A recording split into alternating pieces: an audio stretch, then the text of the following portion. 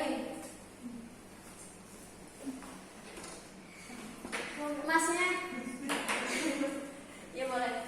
Silakan maju ke depan. Minta tolong boleh ya? Boleh, Bu.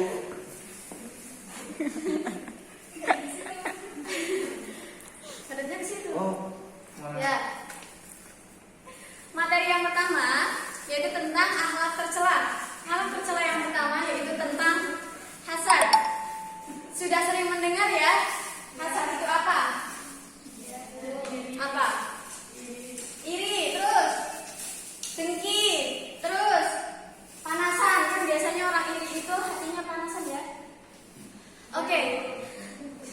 Hasad pengertiannya yaitu perasaan tidak senang melihat orang lain mendapat kenikmatan atau kesenangan. Ya sama seperti tadi yaitu iri atau dengki. Kemudian apa sih bahaya dari sifat hasad? Ya, bahaya sifat hasad yang pertama yaitu menjatuhkan nama baik seseorang. Yang kedua, memutuskan rasa persaudaraan. Yang ketiga, menimbulkan permusuhan. Jadi sifat hasad itu tentu berbahaya. Kemudian cara menghindari dari sifat hasad. Caranya yaitu kita itu sadar. Sadar apa? Yang pertama, sadar bahaya hasad terhadap amal perbuatan kita. Jadi kita mau berbuat baik seperti apapun, kalau memang kita masih punya sifat hasad, itu akan hilang. Kemudian sadar bahwa keberuntungan orang tidak sama. Ya kalau keberuntungan orang itu sama, maka tidak ada orang miskin, pasti kaya semua. Kemudian yang terakhir, bersyukur atas nikmat yang kita punya. Kemudian selanjutnya, Oke. Bilang dulu nanti saya. kemudian akhlak tercela yang selanjutnya yaitu dendam. Dendam yaitu keinginan yang keras yang terkandung dalam hati untuk membalas kejahatan yang dilakukan oleh seseorang atau golongan terhadap dirinya. Setiap orang itu pasti punya akhlak tercela, walaupun itu tidak sering tapi pasti punya. Kemudian bentuk-bentuk dari dendam. Yang pertama, pembalasan lebih ringan. Contohnya itu misalkan Mbak Ike itu ditabok sama Mbak Ina, tetapi Mbak Ike cuma membalas melalui perkataan.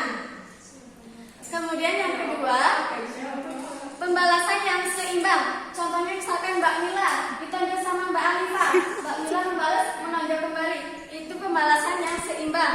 Kemudian dendam yang ketiga yaitu pembalasan yang melebihi. Misalkan Mbak Uma dikepret,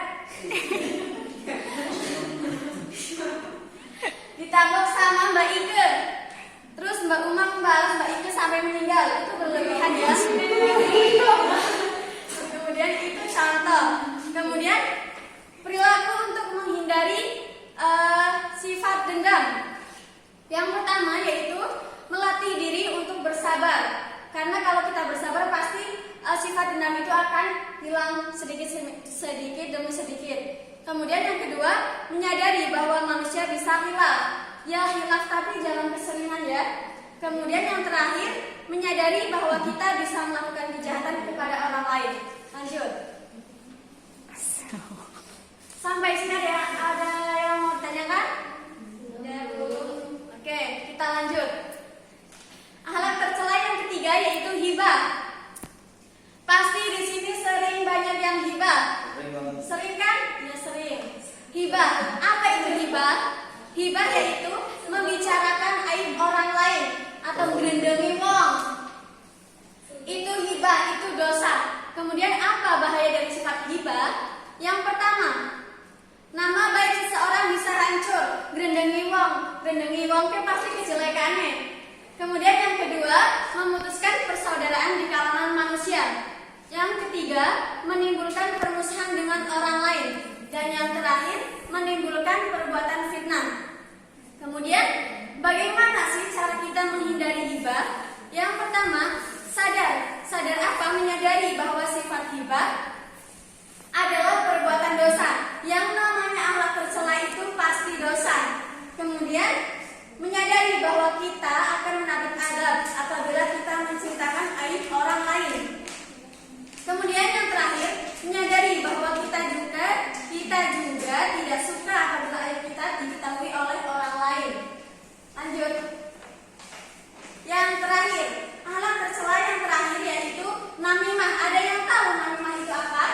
Adu domba.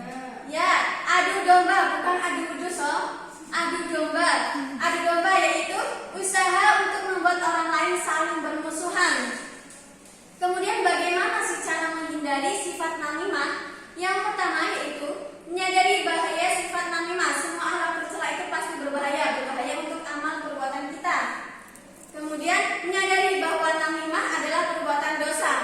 Kemudian selalu meneliti kebenaran informasi. Jadi setiap ada informasi kita teliti dulu kebenarannya, jangan asal menerima informasi yang belum jelas. Kemudian yang terakhir, menyadari bahwa kita juga tidak suka diadu domba. Ini sudah semuanya. Ada pertanyaan? Oke.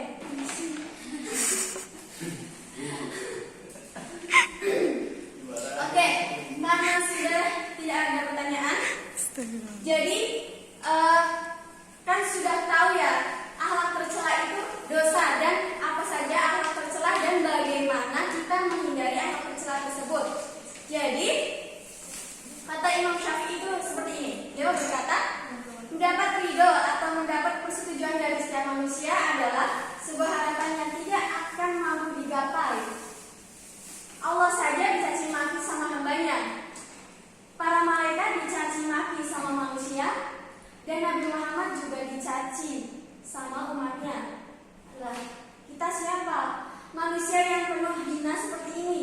Jadi kalau cuma dicaci maki, seperti misalkan, lu kurus, lu jelek, lu gendut, misalkan seperti itu, tidak usah dipedulikan, karena ya itu sudah takdir dari diri kita. Sudah paham ya sampai sini? Oke, saya punya kejutan buat kalian. Ini adalah tugas buat kalian. Ini masih ada waktu beberapa menit. Di sini udah ada contoh, ada sebuah contoh. Kemudian ini ada huruf H itu hasad, D dendam, G hibah, dan N namimah. Jadi contoh ini masuk ke dalam kelompok yang mana? Kan sudah ada kelompok belajarnya. Nanti dikumpulkan hari ini. Berarti ini memanfaatkan waktu yang ada, kemudian menyelesaikan tugas ini. Paham?